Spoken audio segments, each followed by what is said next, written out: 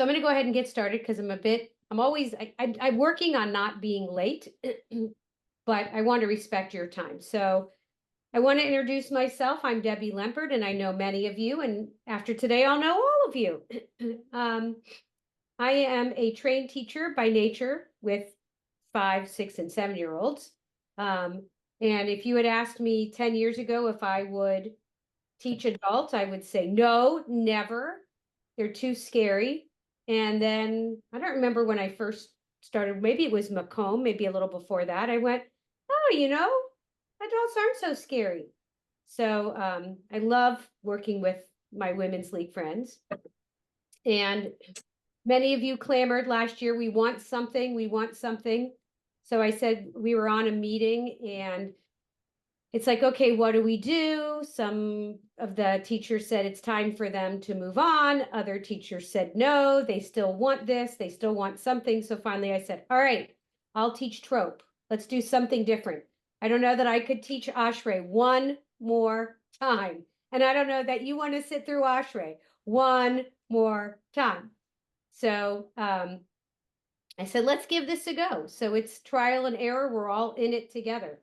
So I would like to meet you. So I'm just going to do popcorn where I'm going to call on somebody. And then after let's see, tell us your name, where you live, just so we have know what part of the country you're in, and your guilty pleasure. And then when you're done, you pick somebody else on your screen. Our what, please? Your guilty pleasure, something you enjoy that you may not want to admit. All right, Alice, we're going to start with you. Uh-oh. Okay, my name is Alice Frank. I live in Austin, Texas. And I already told Debbie the whole complement of Hebrew classes through Women's League, and I learned how to read Hebrew. And I kept doing, I do an online just group get together with about 4 or 5 other women who also took the classes. And we have been meeting for 3 years every Thursday morning at 10 o'clock. And we just read Hebrew, either from the prayer book or the Tehillim, the list of Psalms, anything we can get online. And then I took the Trope class through my synagogue, but didn't get a lot out of it. It was very difficult. And I'm having my bat mitzvah on February 1st of next year.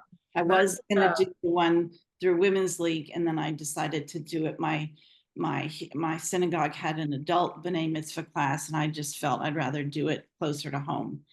And my guilty pleasure is I watch these stupid series of online TV shows. It's called Alone, where they drop somebody in Alaska or the Arctic, and they have to survive, and it's last man standing is the one who wins a $500,000. And I just like to watch that. And my guilty eating pleasure is potato chips. I know they're bad for you, but so that's it. Thanks for sharing, Alice. Will you pick somebody you see on your screen? How about Judy Carlin?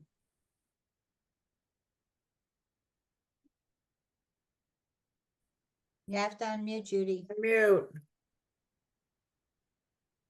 Hi, I'm Judy. I live in Queens, New York.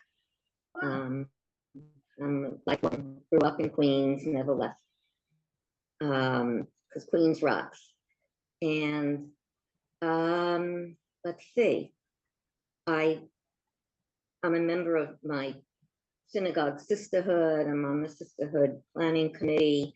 And so I can't say I'm active in Women's League, even a local BQLI, but I attend the events. But I started taking bat mitzvah classes with Women's League over 3 years ago. And last year became a bat mitzvah with Women's League. And so we did learn some Torah trope with Rabbi Margie Sella. But to be honest, like losing, most of what I learned, there's a lot of it I just don't remember. And while I do read in my synagogue, I may read verses here and there and participate. And I've never done a Torah, which I really want to do also, but certainly want to learn more Torah, so, and had a chance, so.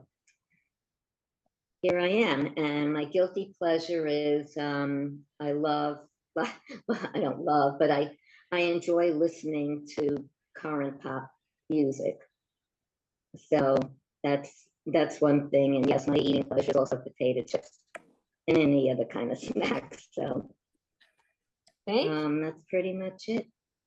It's nice to meet you. Hi, Mary Frankel. Welcome on. Nice to meet Hi, you. everybody. I see we got the part of the band back together. Yes, ma'am. All right, Wonderful to see you all. Sorry I'm late. I was at a lunch meeting. Judy, go next. Pardon me? Judy's gonna popcorn to somebody. We're introducing ourselves, where we live, and our guilty pleasure. Do you want me to go? Okay, Pick someone. Mary Frankel. I live in Manhattan, New York City. Been in New York about 44 years. My background is I was a tax attorney, investment banker, ran an opportunity fund, was at Moody's, a rating agency, for 18 years. As a REIT analyst, now I'm on the board of a public company. I teach at NYU in Columbia, do have a consulting practice, and love being in Debbie's classes. And what's your guilty pleasure, ma'am? Oh my God, anything with chocolate. Welcome to the club. Thank you. And some of you know, I was telling you when we were in this other classes that I was writing a textbook. Well, it will be out next week. Wow. Finally. So I just thought I would tell you, I signed off the other day on the final edits and cover. And so enough said. Mazel tov. Can you Thank you. pick somebody to go next? Oh, I don't know. Judy, did you go? I went, but I was going to pick someone else. Someone. Debbie, you want me to go pick someone?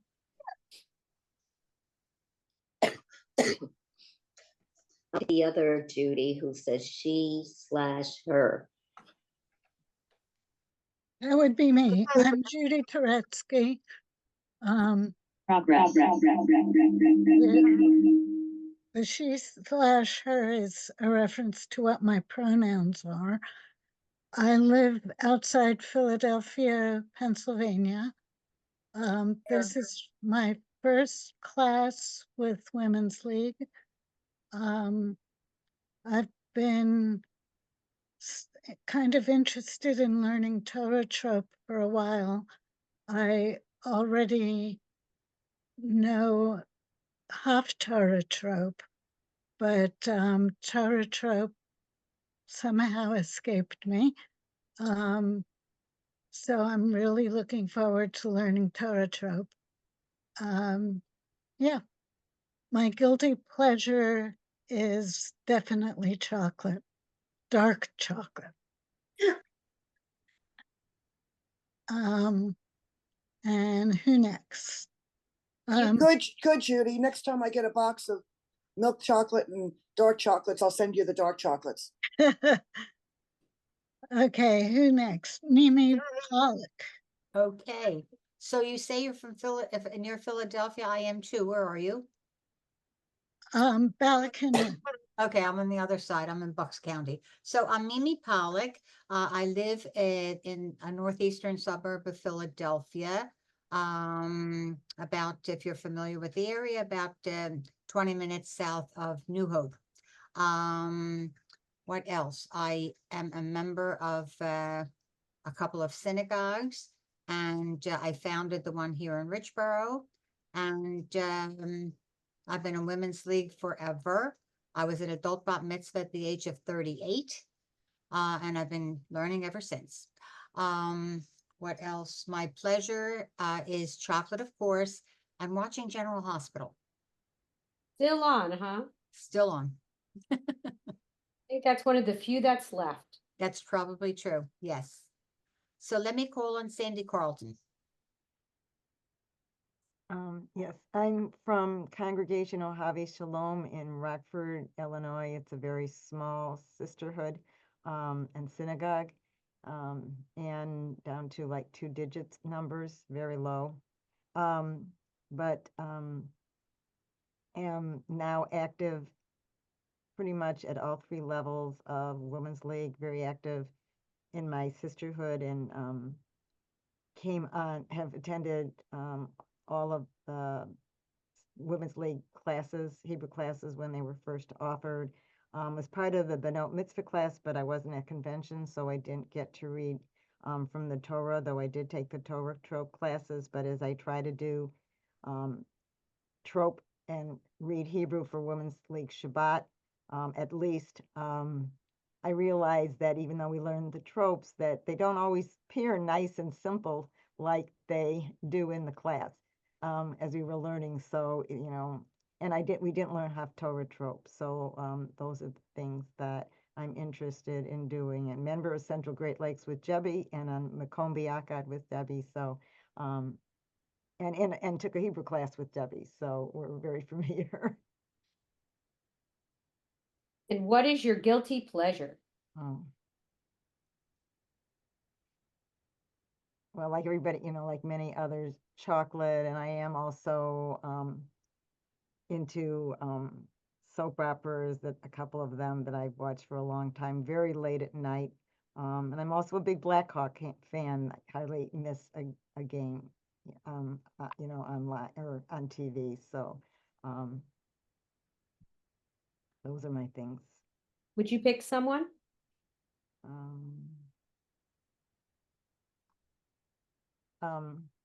Audrey.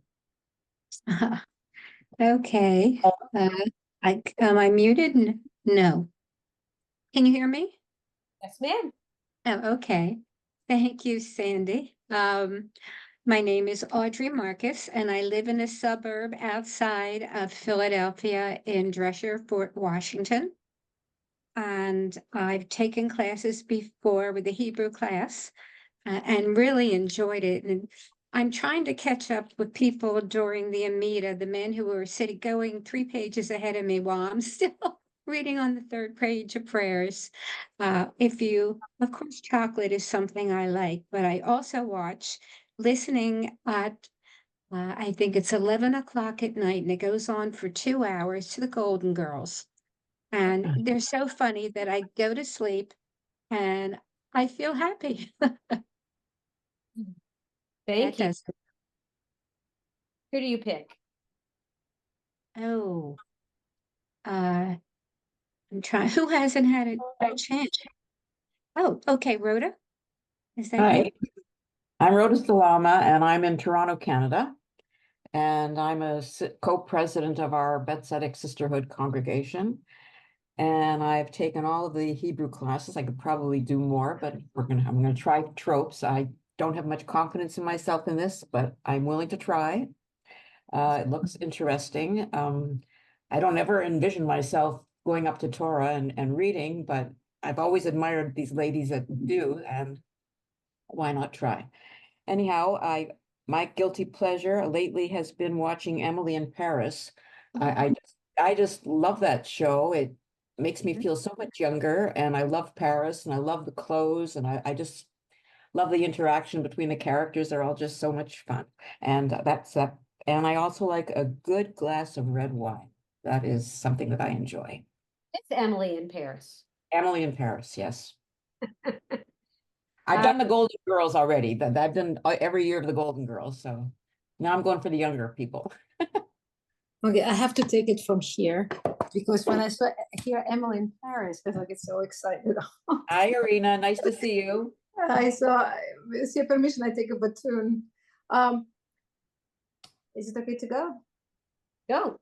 Yeah, so I'm Irina Martinova. I live in Westchester, which is New York, not far from the city.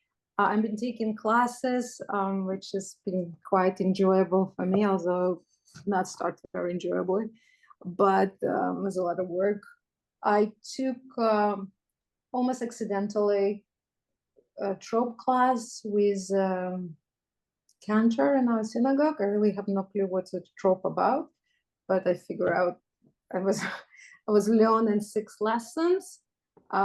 Clearly it was not sufficient, but I had the privilege to read Torah, a very small portion, during Torah Korb Shabbat, when we have like 70, I don't know, like a lot of congregant, and the divided reading in a very small part, like 3 verses or 5 verses, and it's well orchestrated, and it took a lot of preparation. I have to give a credit. Yeah, I found it's incredibly gratifying. So I would like to continue to learn, because I also realize it's a lot of many different ways to say trope. It's not everybody says the same. So I think it's can vary a little bit.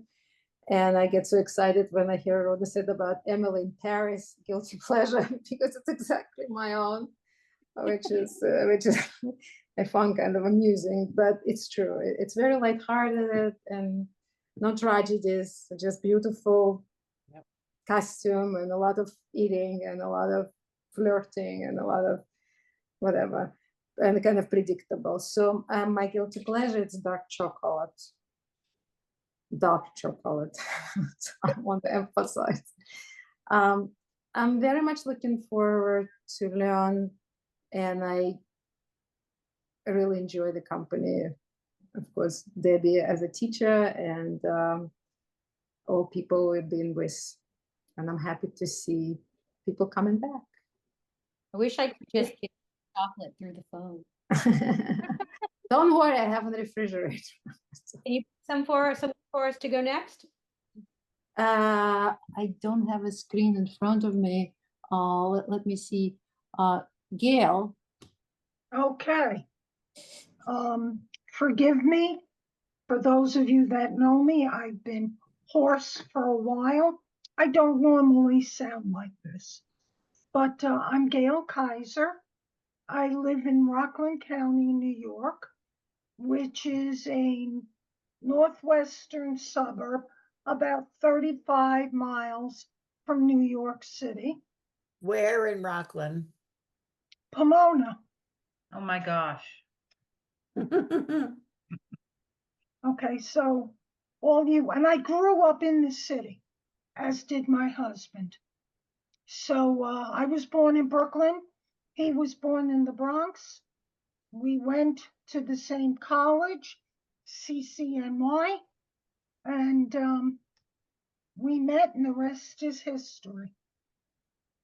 I'm a former president of our synagogue, which is newly formed. It's a conglomeration of 2 conservative shuls in the county. I had an adult B'nai Mitzvah in 1996. I learned Haftorah Trope and promptly forgot it. I have been taking these Hebrew classes through Women's League.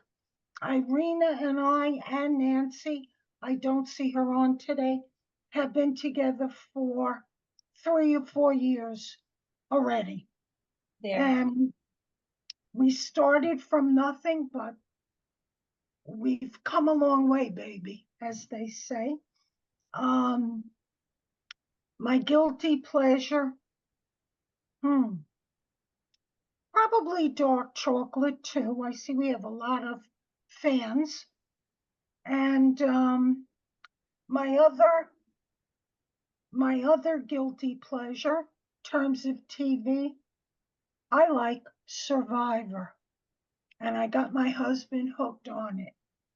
So that's a date night for us. Wednesday night at 8 o'clock is our date night. And I'm looking forward to the class. I'm hoping to regain my regular voice. And I know that Torah Trope is more difficult and less melodic than Haftorah Trope. But that's my opinion. But I'm willing to give it a shot. And I'm looking forward to working with all of you. Thanks, Gail. Would you pick someone to go next? I don't know who hasn't Fraser, God, haven't gone yet. let me see. You've got Nancy, Lisa. Ah, Nancy, hello. Please, I pick you. Go ahead.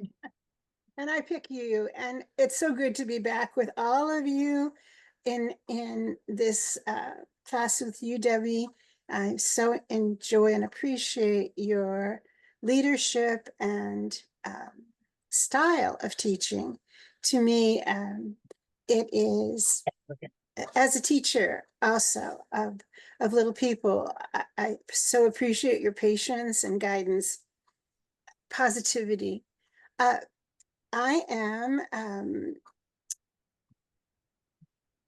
live in a suburb of Sacramento, California. Rancho Cordova is the suburb. And so it's morning here. And long story short, I was born in Chicago, parents originally from Chicago. And then my father was Air Force. So I've lived in many, many places in the States. And arriving in Sacramento back in Sacramento, this time as an adult, I am now a member of Mosaic Law Congregation and find that I really am interested in exploring what it means to be active in a congregation, because this is pretty new for me, who have been unaffiliated for most of my life. Long story short, I really I recall that when I was 13, my parents insisted that all of the children have a Jewish education. So wherever we went, there was Hebrew school. And then when it came time, back in the day when it was still said bas mitzvah, I had one. So at 13, I was not allowed to read from the Torah, but rather I chanted the 10 Commandments, given that it was at Shavuos. So I have never learned this, and I am eager to explore it, giving myself permission to be a beginner, and that's important for me to say out loud. A guilty pleasure, certainly dark chocolate. And then I was thinking about what I watch on TV, and besides the Golden Girls and many other things, I really have to say sometimes it's just important for me to turn on a Hallmark movie and just zone and just recognize that life can be all about a romance novel and go forward from there. Again, I'm so thankful to be with others of my prior classmates. I'm looking forward to meeting all y'all. So. Thanks, Nancy. To go next. Let's see, we've got Lisa, Sue. Yes, who has not had a turn? Sally, Danielle. Danielle, let's meet. Okay, I'm next. Danielle Spacconi. I actually have a sister and brother-in-law who live in Pomona, and I've lived in a couple of the places where you all have mentioned you live. I move a lot, even though we're not military, for my husband's job. Right now, we live in Newport News, Virginia. It's about 40 minutes east from Williamsburg. I'm very active in my synagogue. I moved here when my kids were already out of the house. And so I'm active in Hebrew school. I teach Hebrew school, and I am very active in a sisterhood and programming at my synagogue. And my guilty pleasure is coffee ice cream. Yum. Thank you, Danielle. Let's see, who hasn't had a turn yet? Sally, Deborah, Sue, and Lisa. How about Sue Glatman?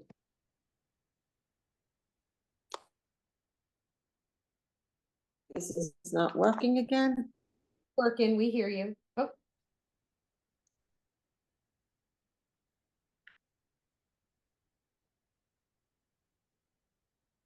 We could hear. Okay, I think we were both unmuting me at the same time. So nice to meet all of you. I'm sorry, I was trying to work with my iPad, and so I missed some of the introductions. I know we can't go through it all again, but nice to meet you all. So I'm Sue Glatman. I live in Franklin Square, Long Island. I'm originally from Middle Village, Queens, New York. I taught English as a second language in the high school, grade 7 to 12 for over 30 years. Very enjoyable, really enjoyed that, being the link for these, students who really needed a link and a connection. I had a bas mitzvah, I call it a bat mitzvah, when I was 12 years old in a conservative synagogue. And we used a book and memorized. And the boys learned the trope. They had their Saturdays, we had Fridays. The girls did not learn trope.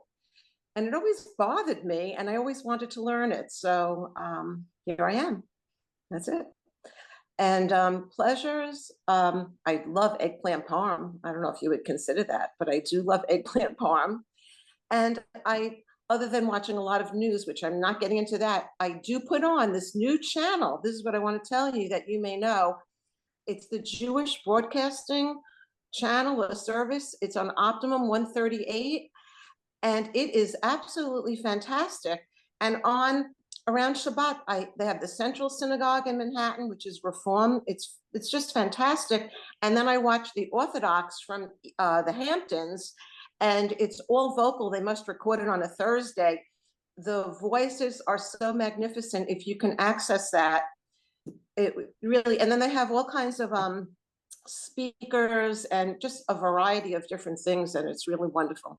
So nice meeting all of you, and good luck. Thank you, Sue. How about Deborah? Hi, everybody. I'm Debbie Hirsch. I'll be Deborah to distinguish from Debbie. And I'm from the Bronx, home of the New York Yankees.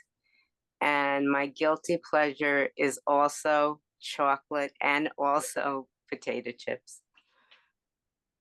And it's nice to see some of you again and meet all of you who I didn't know before. And I look forward to the class.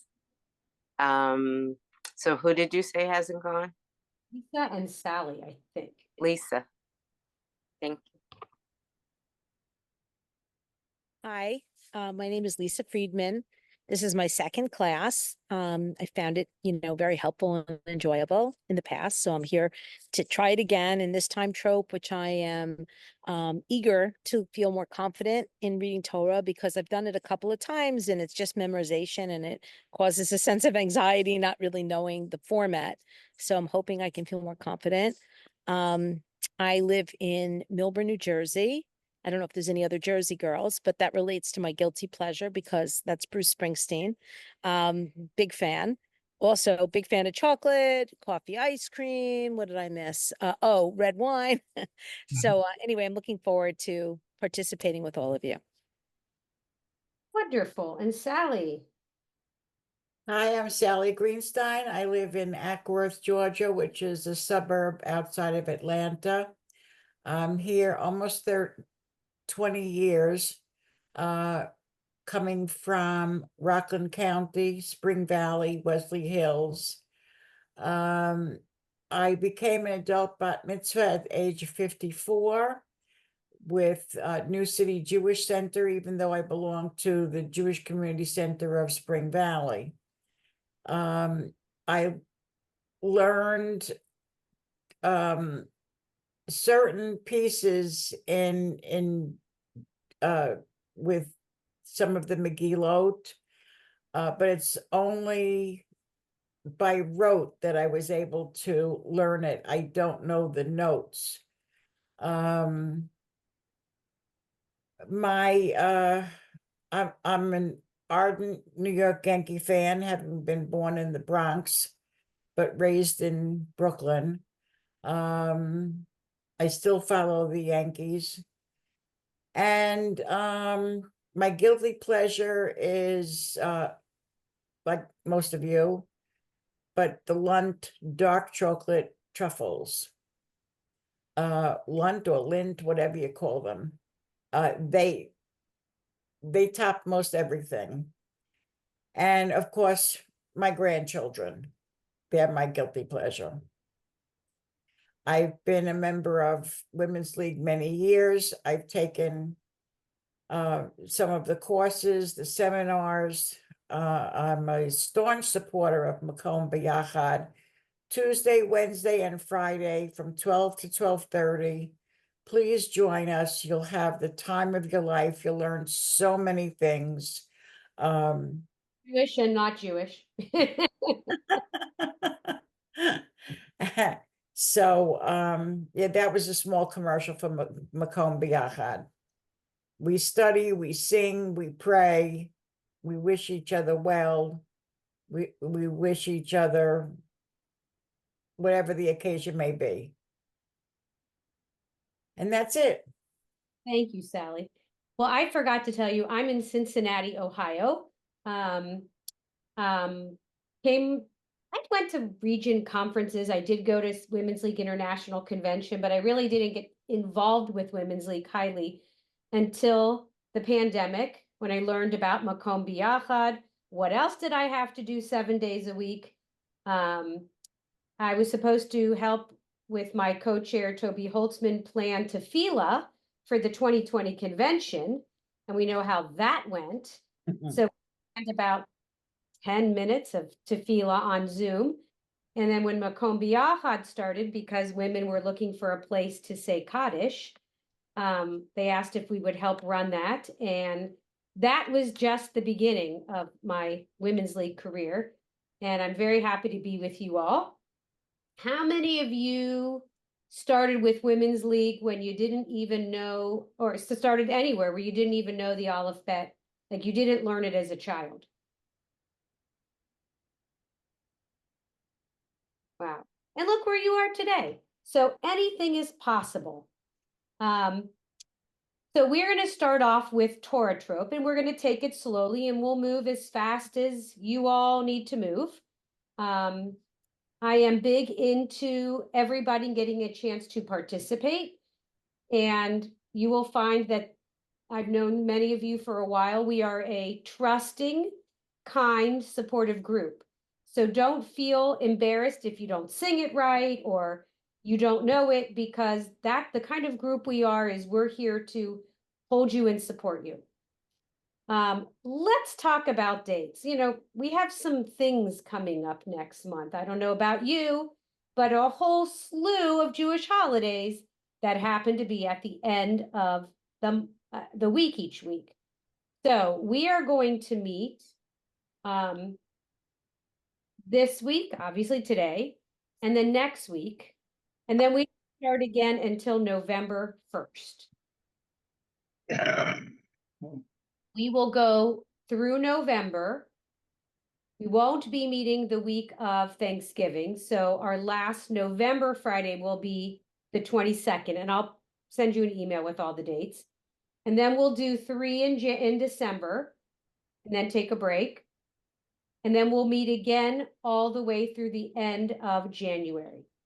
And we'll see how far. Debbie, can you announce November again? Are we meeting it all on the October? Are we meeting it all in October?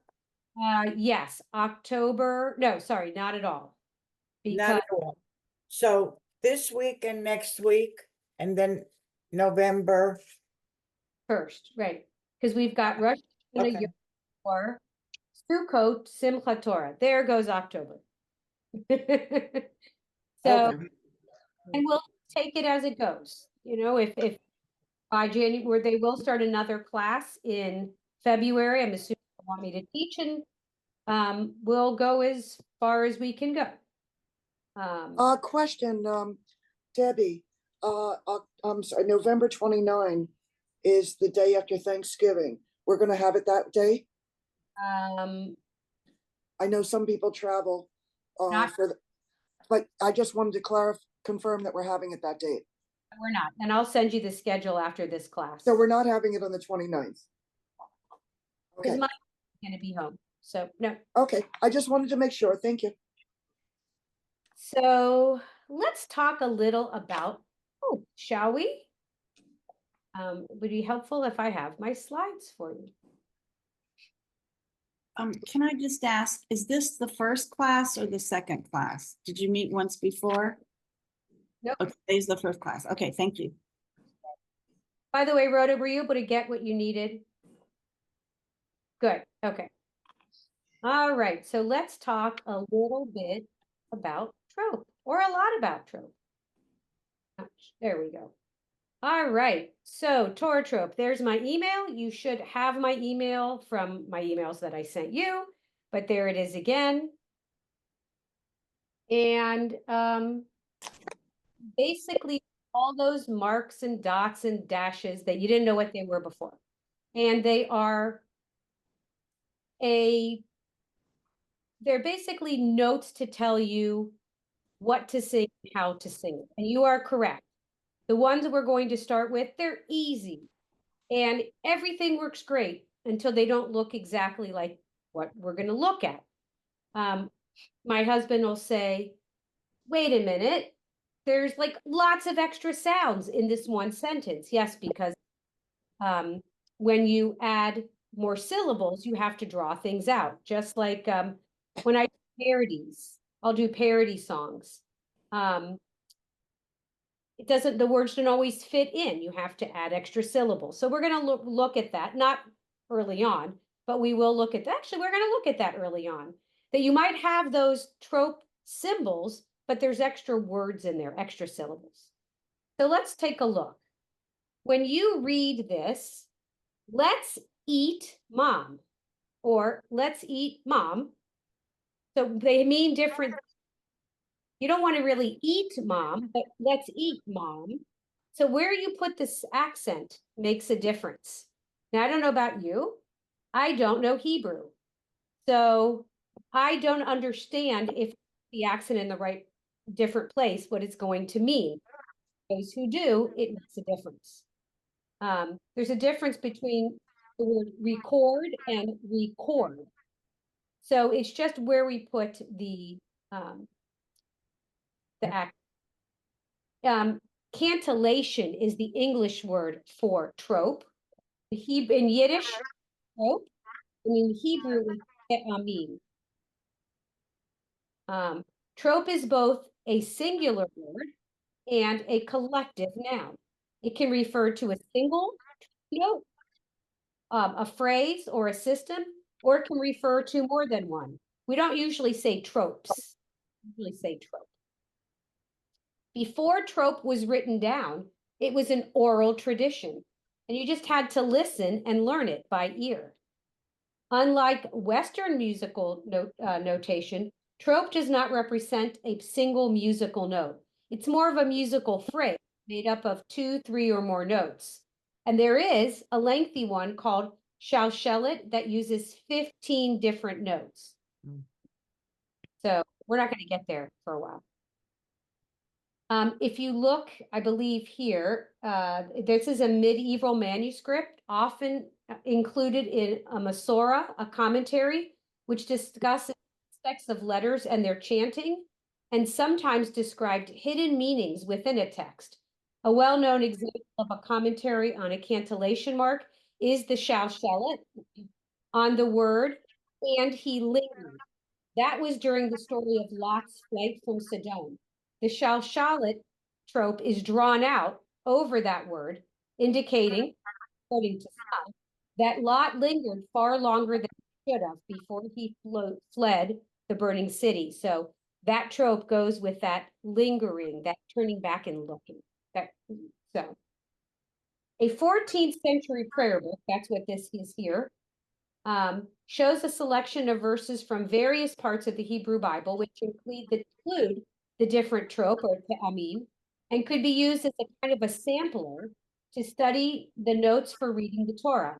The scribe of a prayer book wrote out the names of the individual sounds along with the symbols so that the student can learn and practice with them. Trope is closely connected to grammar and the meaning of the word, and it affects the pronunciation, especially with where syllables are emphasized. So you'll see that where the trope is, that's where you put the emphasis, where you put the accent.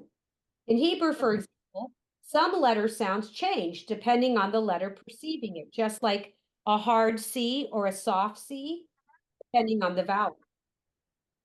Why do we chant our Torah with a melody? To convey meaning and emotion. Think about the Megillah.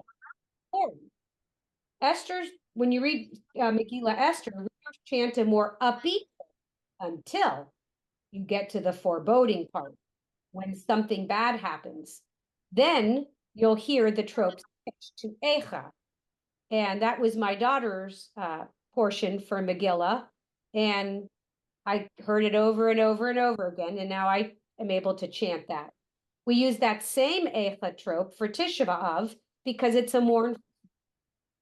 So you'll hear different nusach on Rosh Hashanah Yom Kippur. If your shul does that, it'll be a different sound and melody than you would use for regular Shabbat. And then there's different ones for depending on what we're reading. You can trace trope back to ancient times. In the Megillah, in the Talmud, Megillah 32a, suggests that a bad fate will befall anyone who reads from the Torah without a pleasant melody. It is understood that in Nehemiah 8:8, that quote above, I just said, it was the melody of trope that gave the sense and caused the people to understand.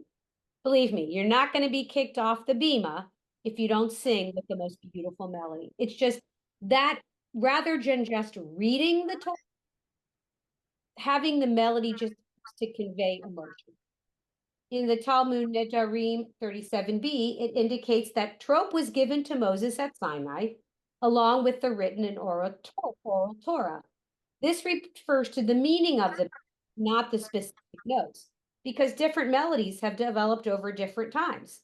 You've got German trope, Polish trope, Sephardic trope, and on and on. But the meaning conveyed is the same.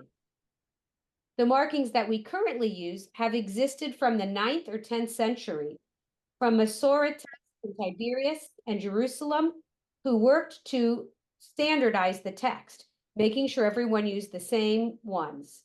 But that time period was when it was standardized. There were actually two different groups, kind of like Shammai and Hillel, and one, persisted over time in London. So that's a little bit about trope. Don't worry, I'm not going to drone on and on. So that's the history of trope. It's marks, we sing them to convey meaning.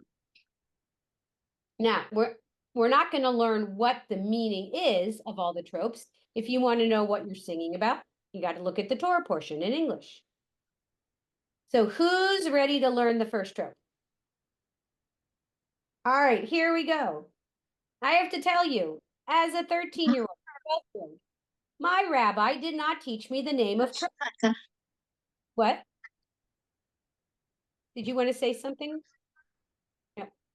My rabbi just said, this is the trope. So I was like, okay, the one that looks like a bird's beak. I never knew the names.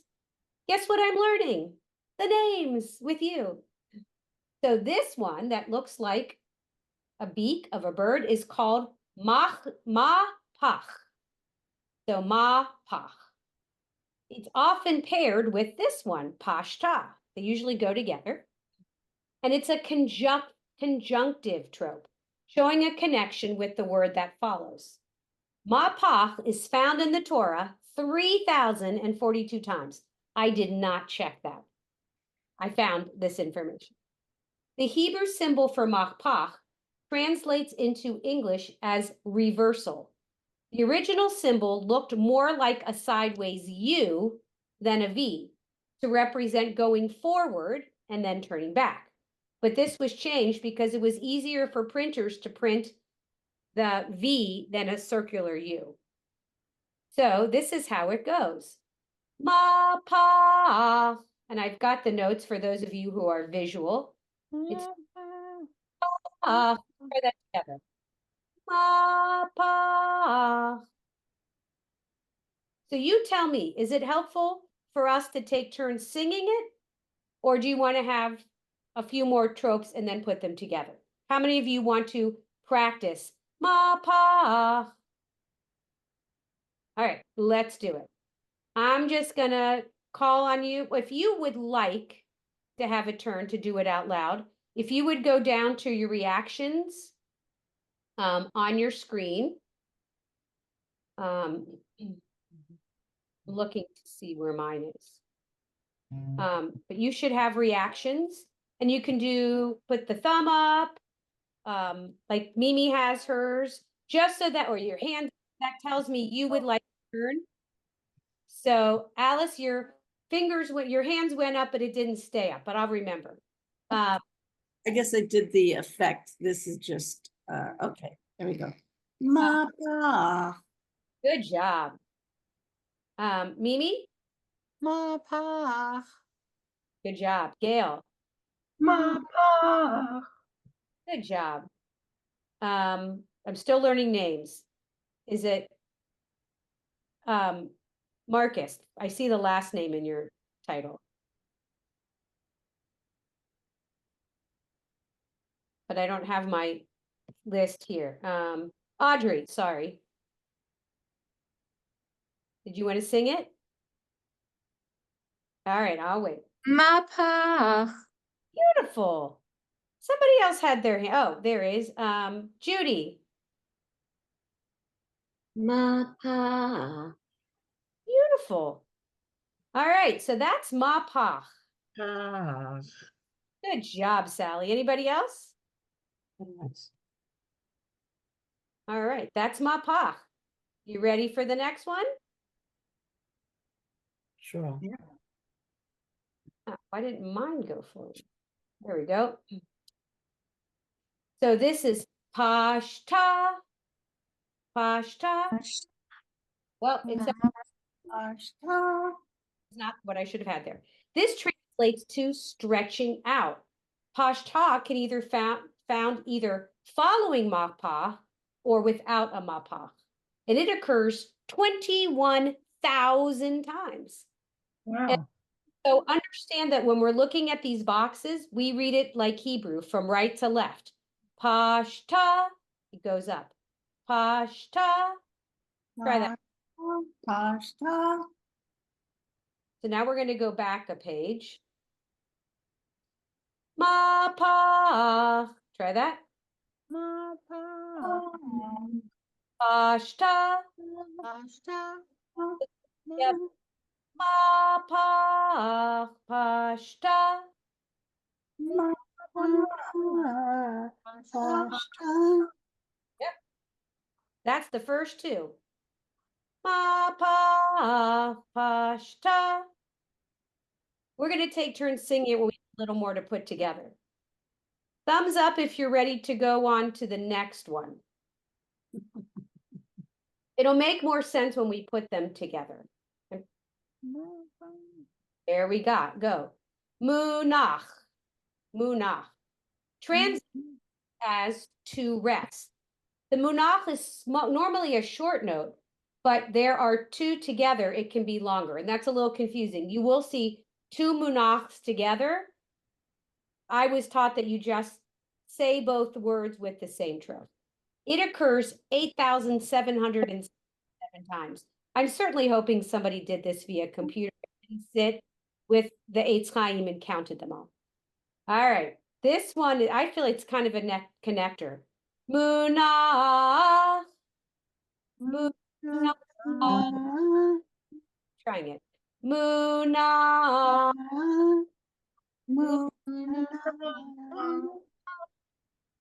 So I'm going to take us back. Mapa.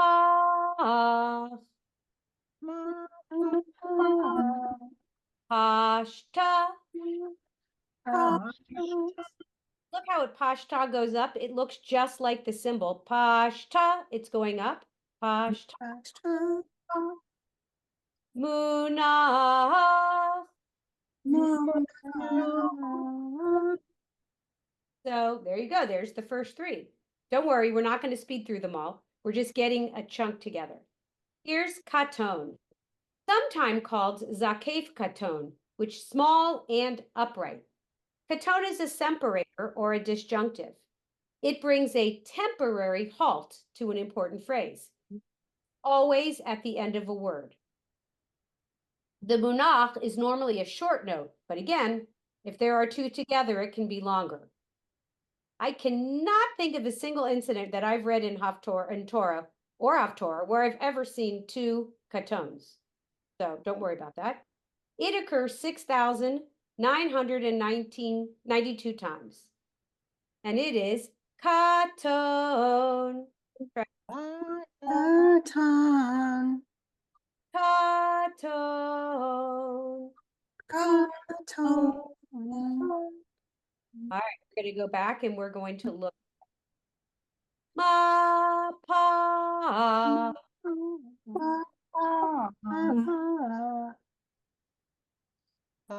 Ashta. Not pa.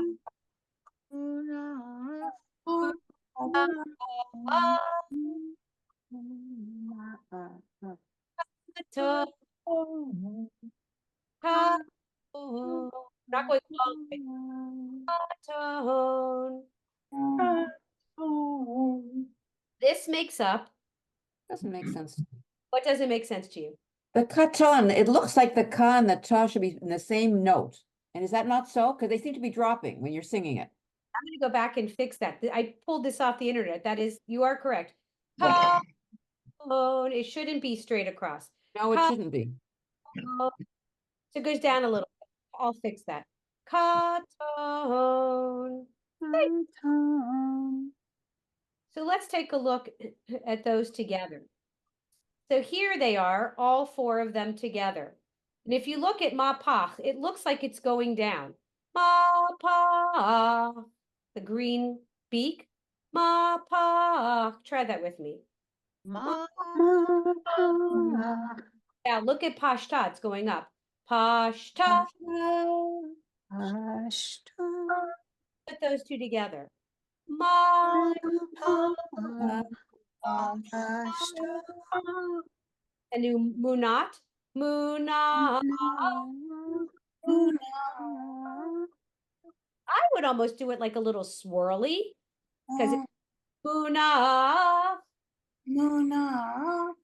Katon. Doesn't sound like the end. It doesn't resolve into, if it went katon, but it doesn't. Katon. There's more coming. You get a sense that we're not done. We're not ending. We're kind of in the middle. Katon. All right, so now we're going to take some time to practice this. Let's go through it a couple more times together, and then I'll ask for volunteers who want to try out their voice. Let's do it together. Ma pa.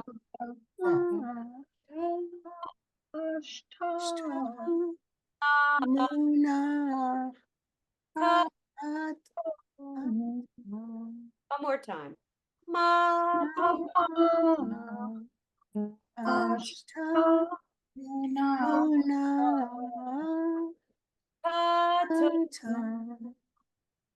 Anybody brave enough to try it with for us?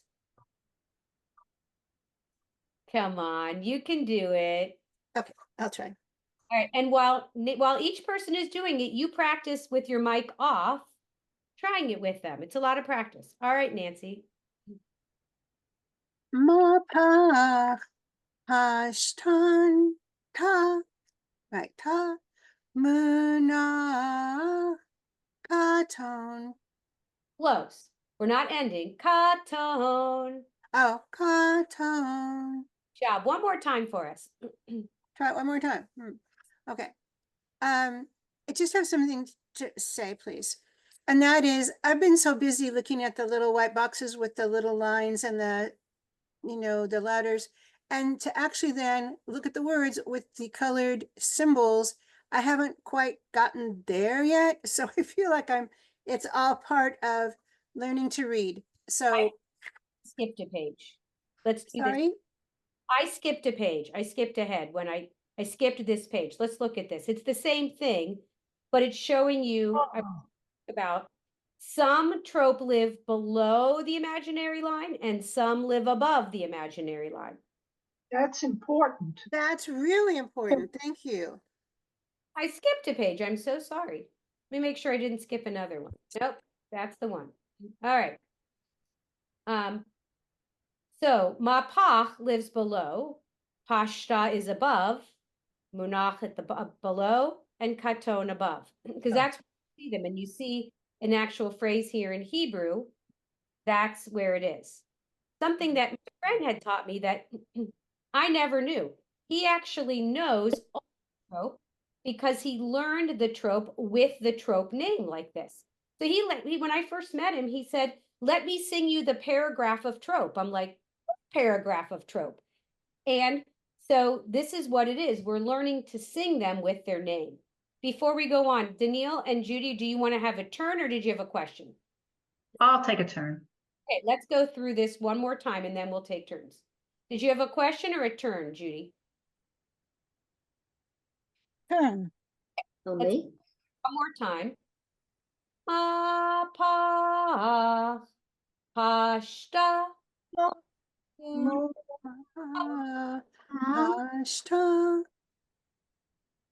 Notice na katon, where it leaves off is the same. Ah, ka. See, that's the same note where munaf leaves. The tone starts. Munaf katon.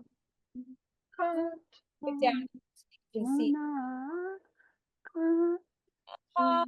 Pa pashta. Munaf katon. All right, Daniil, give it a try. Mapach pashta munach katon. Okay, Judy. Pashta manakaton. Beautiful. And by the way, you do not get extra points for singing, but you just get a smile because we like to hear it. All right, Audrey. Question. What is the imaginary line? I don't know what that means. Above or below the word where it's written. Letters. Imaginary line right through here. Let's see. See how this is below the word, above the word, above the word. Imagine these are just words. I guess I should say above the word and below the word. And what does that help you do? I'm just sorry. know that where you look for the trope. Mapach is below the word. Pashta is above. Munaf is below, and katon is above. Just where they live. Okay. Thank you. You're welcome. Audrey, did you already get a chance? Not really.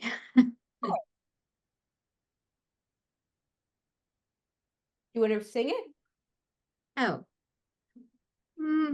Would you start me, please? Pa. Makpa. Would you start Makpa? Pa.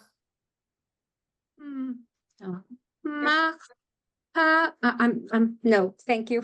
I'm all confused. Pa. Mapa pashta. Muna. Muna. I need those diagrams again.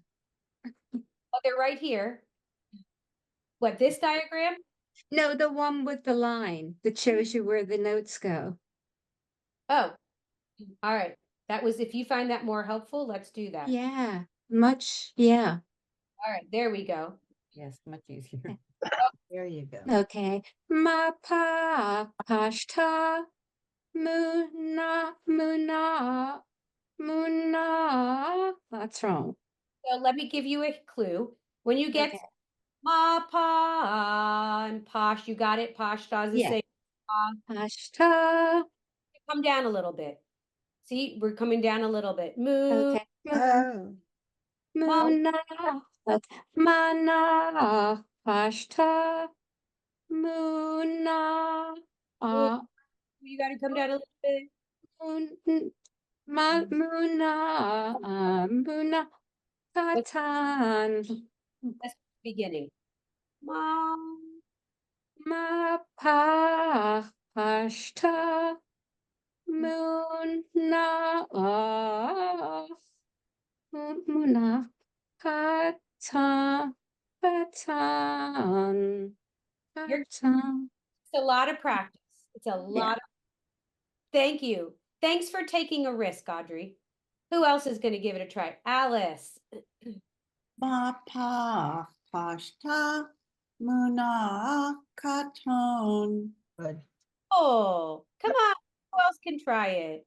Nothing happens. Your friends go, yay. Who else? All right, Judy Carlin, let's hear ya. Ma pa hashta na katon. Lisa. Okay. Ma pa pashta. Let's go back. Well, right. I'm sorry. Ma pa pash ta pashta muna katon. One more time. Ma. Ma pach It starts pashta. Ma pa. See how it goes down. Ma pach pashta muna katon. Full. Come on, who else? You got this. All right, Gail. Forgive the hoarseness. Ma pa pashta muna katon. Got it. Good. The tricky part. That moo, because it's not all the way up at ma and pa and ta. It's a little bit down, but you'll get it. You'll get it. All right. One more time together, and then we'll see if anybody else wants to try. Ma pa.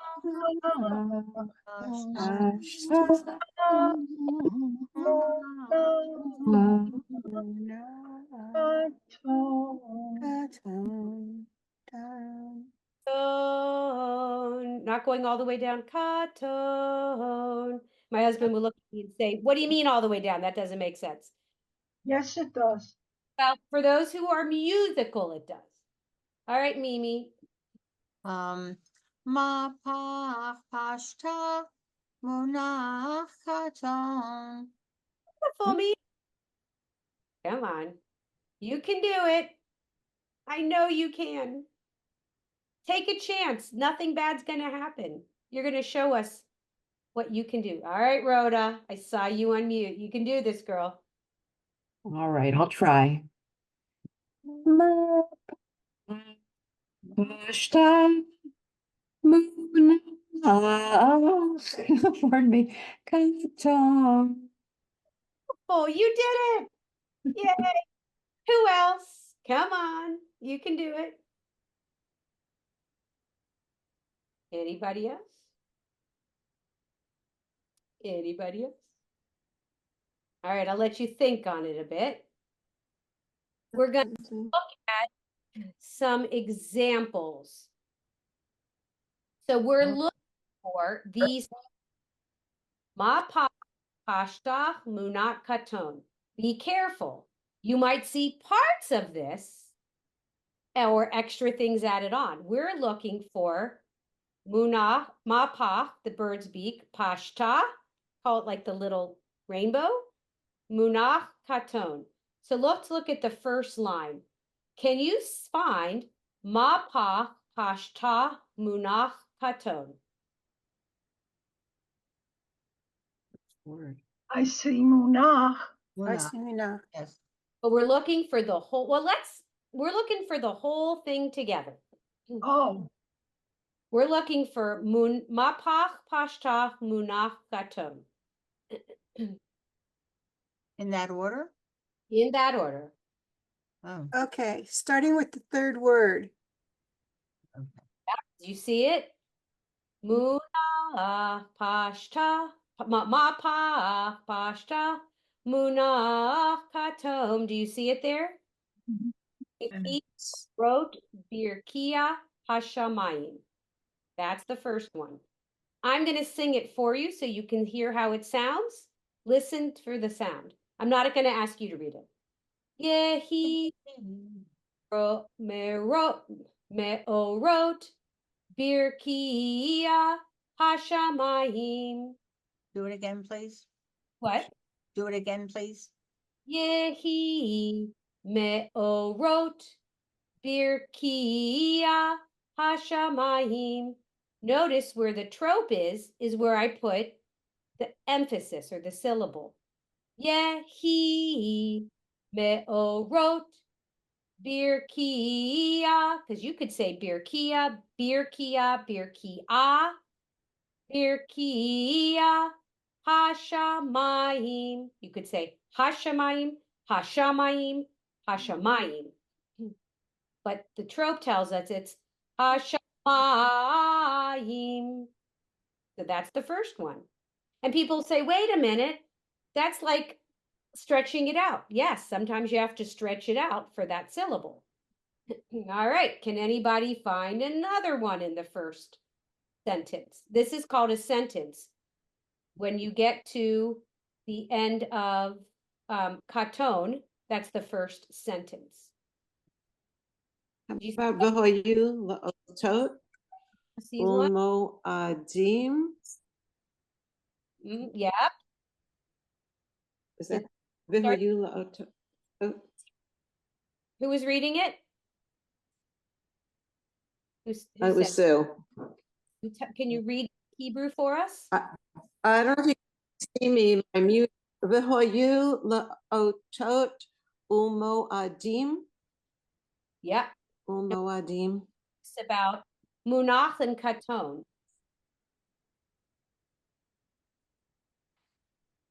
You notice anything about where munach and katon are? All in one word. All in one word. So it means we'd have to stretch it out. Ve'hayu, or put it together. Ve'hayu le'otot umo adim. See how that works? Umo adim. Same sounds, just applied differently. All right. Does anybody, let's go on to sentence 2. Do you see one? Beginning of the sentence. Yeah. Beginning sentence. Would you like to read it for us, Judy? V'hayu orot birakia. And the last word? Oh, hashamayim. Here we go. Ve'hayu lim orot birkia hashamayim. So this is from Bereshit, from the beginning, first Torah portion. All right. Do it again, please. Ve'hayu lim orot birkia hashamayim. I'm not expecting you to read these. I just want you to hear and see how it's applied in examples. All right, let's look at the third sentence. Do you see it there? I mean, we see parts of it, munach katon here, but what we're looking for is the whole thing. I'll go. What? Right. Which words is it? Are they? Edhamayir. Edhama. Is it Edhama? Or Hagadol lemem. You got it. Lemem shelet hayom. And ask her to sing it. And she did. Good job. Oh. No, very good. Hama or hagadol lemem shelet hayom. It's the same thing. It's just applying that sound to that word. Good job. Others on that sentence? Immediately after. Yes. Yep, there it is. Someone like to read it in Hebrew? Ve'et ha'ma'or hakaton lememshet ha'layla. Good job. All right, let's look at this. We've got 2 words connected with a hyphen with one trope. So you have to start and pull that trope out. Ve'et ha'ma'or. It's all one note. Ve'et ha'ma'or. So it's just the same thing. My husband says, but they put in extra words. Yeah, you just drag it out. Ve'et ha'ma'or. hakaton lememshelet halayla. All right. Do you see any in the last sentence?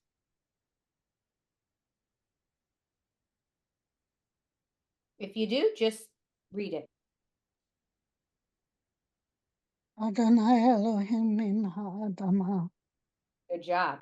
Again, see on ha'adamah has two trope.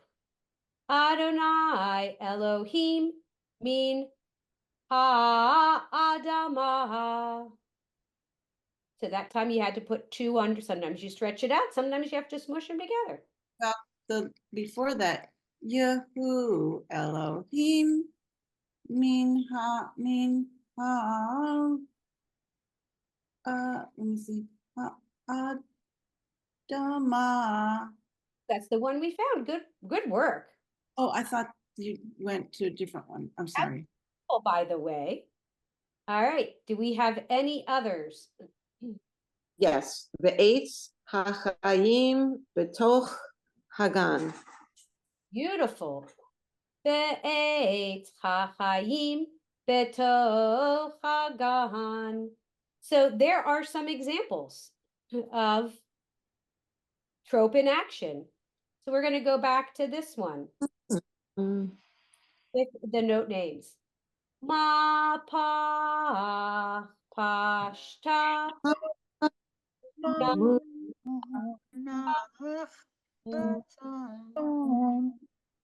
Anybody willing to try it now who's heard it a few more times that might want to give it a try who didn't get a chance before?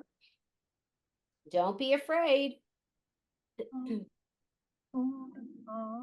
This is Sue. I would like to. I don't know if you could see my hand up on my iPad. Okay, go for it, Sue. Ma pa pashta munakaton. Beautiful. Who else? You can do this. Will you try it? I'm not going to call on you today if you don't want to try it, but understand we're safe. I love it. I see Deborah's hands. Deborah, are your hands moving to the trope? So there. Yeah, because I have trouble figuring out when notes go up and down. And there is a woman online. You can look her up. She works with bar and bat mitzvah students, and she has body motions. And I did before too, where you will see me sometimes. I will physically be moving. Pashta muna katon. So I'm not going to have us stand up and move our bodies, but if that helps you to do ma pa, what do they call that? I can't remember the name. Like the conductor. Do you know what it's called, Sandy? The intervals. Yeah, but there's a name for when you solve, not something. Oh.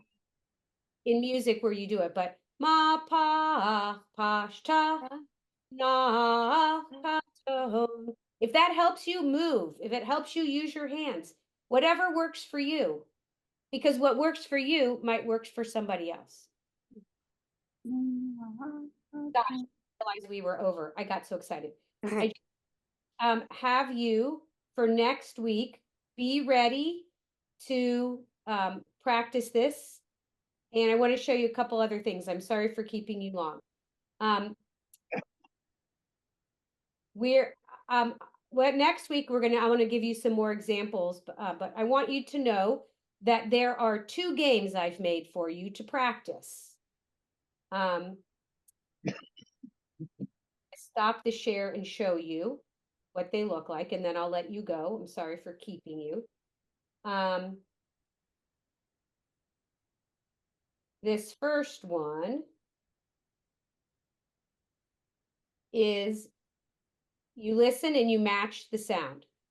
Muna. Could you hear that? Yes. So where's Muna? And you drag it. Katon. You find katon by itself? Yeah, right in the middle. And you Okay. call, it'll give you a signal that you've done it. How do we get that? I'm gonna email it to you. Oh, okay, great. Please match it. Nope. Back in.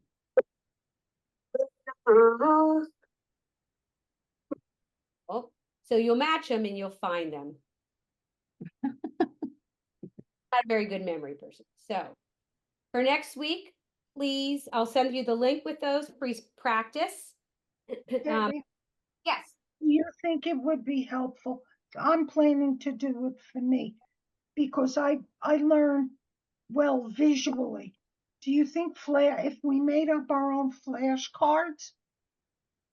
You could probably find them already online. I will look, and if I can find them, I'll email them to you. But Thank you. so next time we'll do a little more looking, and we'll try to apply a little bit to some easy ones before we go on. Because what we're going to learn after Mapa, Pashta, Munach, Katon is just pieces of that. So it might be, you'll learn variations of just that. So I have everybody's email. Right after this, I'll send you the websites to practice those and get comfortable with those, and then we will move on. And eventually what I'd like to do is I'll give you some sources, either in Eitz Chaim, either different websites, and I'd like for you to look for some. So we'll work on that for homework after next week. You'll have a whole month to work on that. So great job, ladies. You did fabulously. Don't be afraid. There's no negative to learning, except not learning. I will see you next week. Same bat time, same bat station. Thank you, Well, Debbie. Shabbat shalom, everyone. Shabbos. Shabbat shalom. Thank you, Debbie. Shabbat shalom. Shabbat Have a good week. shalom. Thank you.